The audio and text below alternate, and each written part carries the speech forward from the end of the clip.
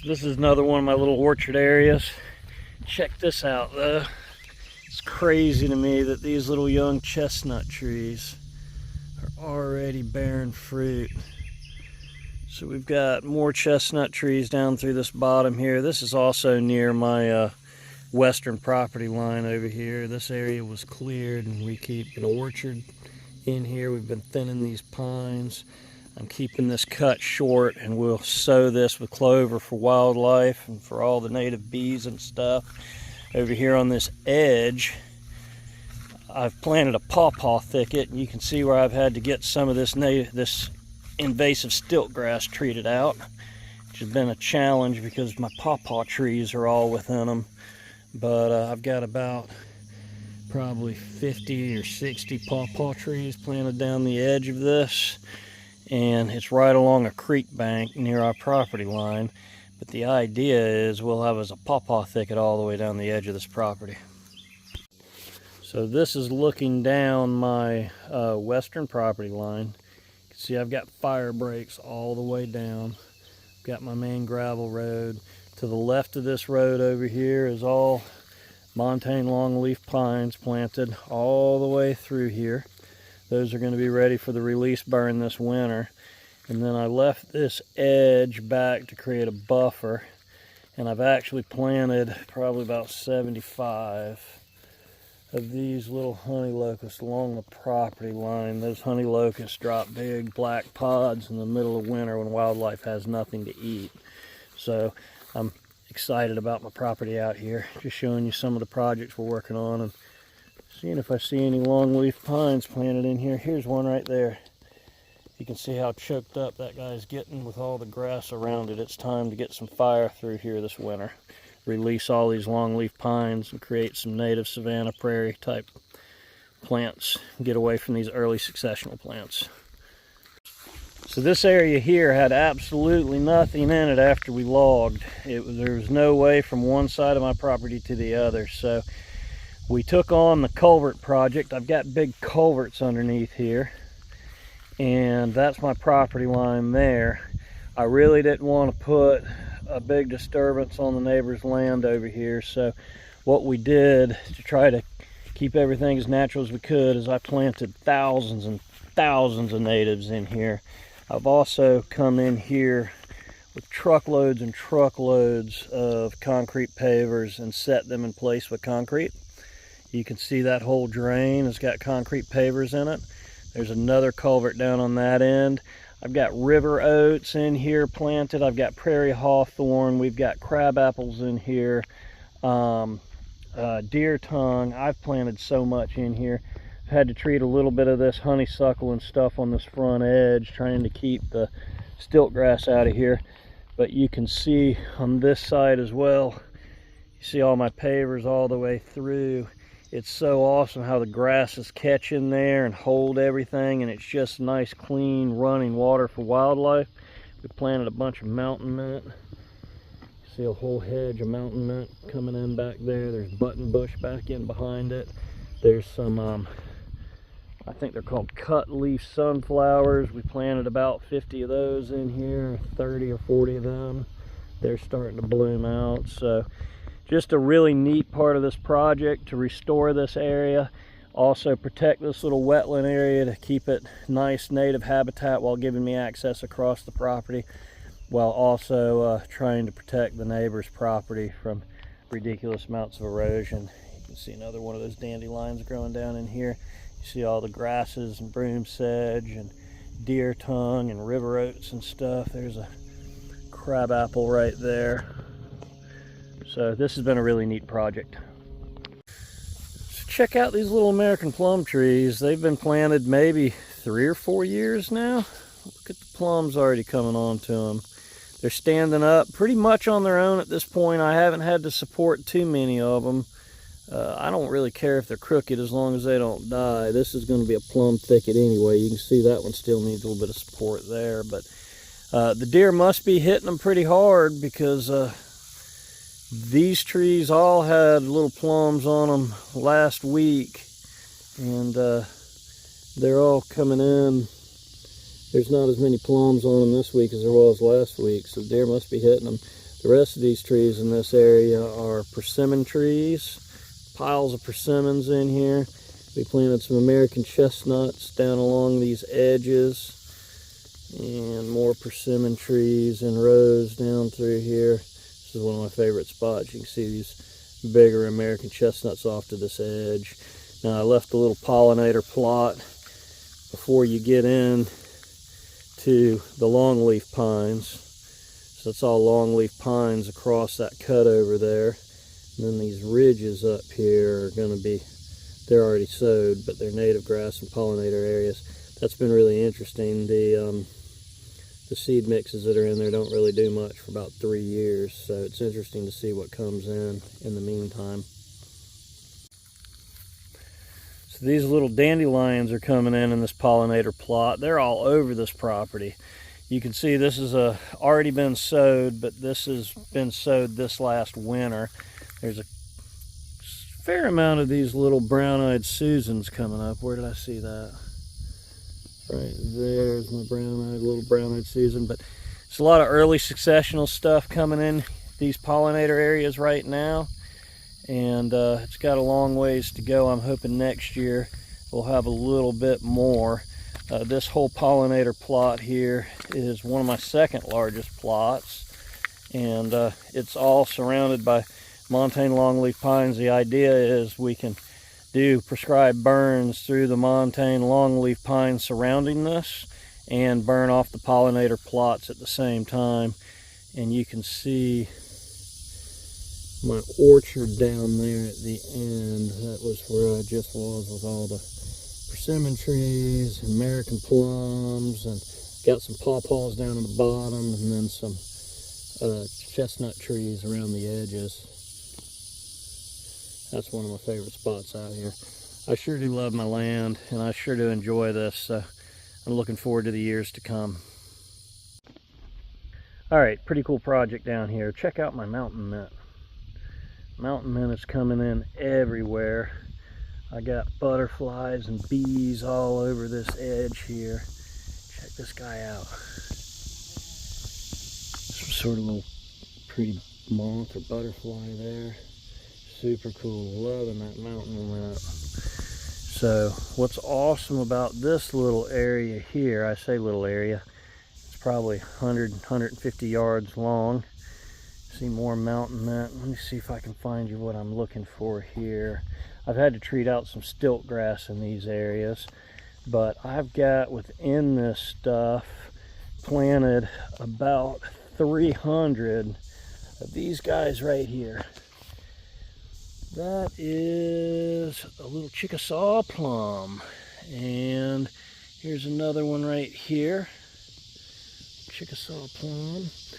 So I basically cleared the whole edge of these pines in the sunshine, and I planted these whole rows down here thick with Chickasaw plums.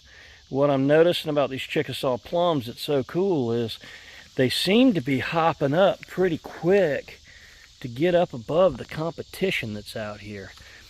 I'm still going to have to watch them and try to keep some of this down. There's some cool stuff in here, and I don't by any means want to kill it all. But I do want to make sure that my Chickasaw plums have the opportunity to thrive. Here's one back there, one right here. So this is going to be a plum thicket. Now I've got a fire break around the back of this plum thicket so I can give it several years. But they say eventually you can come into these Chickasaw plums, and if you're careful you can burn underneath them, and it might set them back 5 years, but it won't typically kill them. And some of these guys are doing really well in here. There's a little one there. One back in there. I had one that was just going nuts over here. They grow so fast. I think they'll be able to compete with all of this. So yeah, there's another one. So anyway, just another one of my little projects, this experiment. I really hope that this edge will become all Chickasaw plum. So this is my biggest pollinator native grass plot up here. It's all surrounded by longleaf pines. It's hard to see the differentiation between the pines and the pollinators right now. It sowed this winter. It's about where that little transition area is, where you see the brown. But this plot over here is one of my bigger pollinator native grass areas. It's gonna be, I think this one's right around 3 to 4 acres over here on this ridge. And the brown-eyed Susans are coming in, but I see some of them, but mostly it's just grasses and early successional plants right now. But this little spot's gonna be really pretty. You look up at the ridge over here, Taylor's Ridge. So that's an area that was disturbed, and I'm sorry about the honeybees. I know some people don't like the honeybees, but it's one hive, and I've done a lot of work out here, and I really want some honey, so that's just the way it is. I've earned the right to honey. So this is part of my bottom land down here. It's a big hardwood drain with some pines and loblolly and stuff mixed in. It's a mixed hardwood forest. This area in here, I thinned some of the understory about 3-4 years ago with a hack and squirt. You can see how thick it's gotten without putting fire in here. We've got a little hunting spot down here, and yesterday my son and I came in here and we started to open up this understory with a chainsaw. Now you can see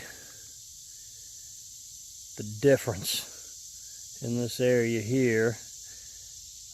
Down in this bottom, I opened up these farkleberries some. That's about where I stopped on this thinning expedition. But you can see right at this line how thick that understory is in here, and how much that opened this area up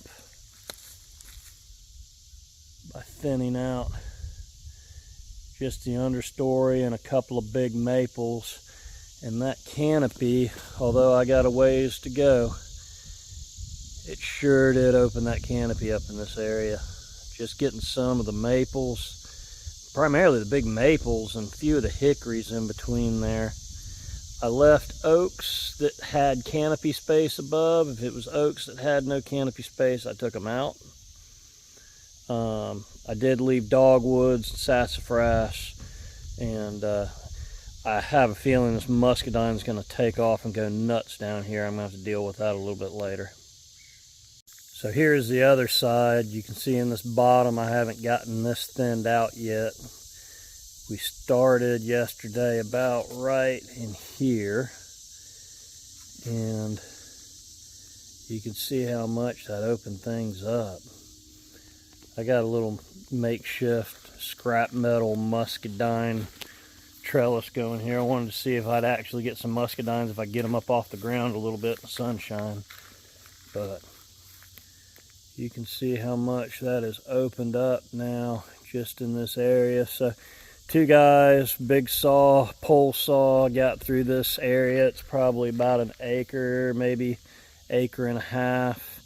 It took us about 5 hours. So I've got about 17 acres of this down in here that I think I'm going to work on. I think the plan is do as much with the saw as we possibly can. Maybe hack and squirt a few big trees later that I have to. And I want to get some fire in here. And the more I open up this canopy up here, the more I want to open up that canopy. I love seeing the sunlight and getting the breeze through here and the variety of plants that should be growing in here.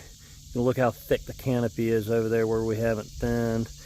And when you come around here to my longleaf pines, this is just young successional growth. It's not a whole lot of real desirable stuff in there, but it's enough to carry fire for year 1. But there's still stuff growing all through here that should be growing down through here too. But it's just not, because that canopy is so choked up in here. All right, check that guy out. These are growing native all down through here. I've got some pawpaw trees planted all through here. We've got persimmons planted all through here. These are all blueberries back behind them.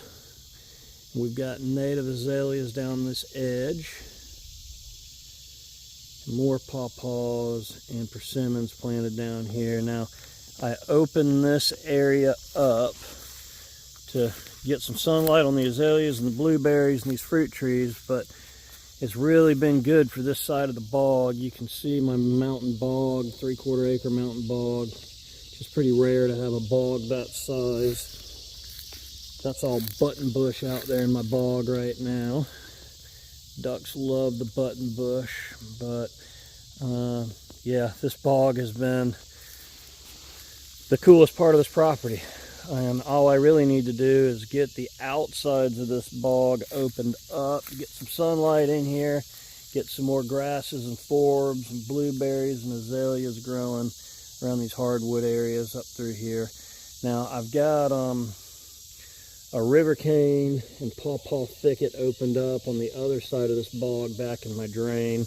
I've also got another orchard that I'm not going to show you today, and a loblolly plantation up on the ridge up top. It's going to provide cover and browse and bedding for deer and rabbit and whatnot over the next 5 years. And I've got a 3-acre home site with outbuildings up on the ridge that I'm not going to put in this video. But y'all, thanks for watching. I've been really busy out here. I really love this habitat work, and I'm learning so much. It's just been so much fun, and one day I'm going to get to where I can be out here 5 days a week, 8 hours a day, just going at it.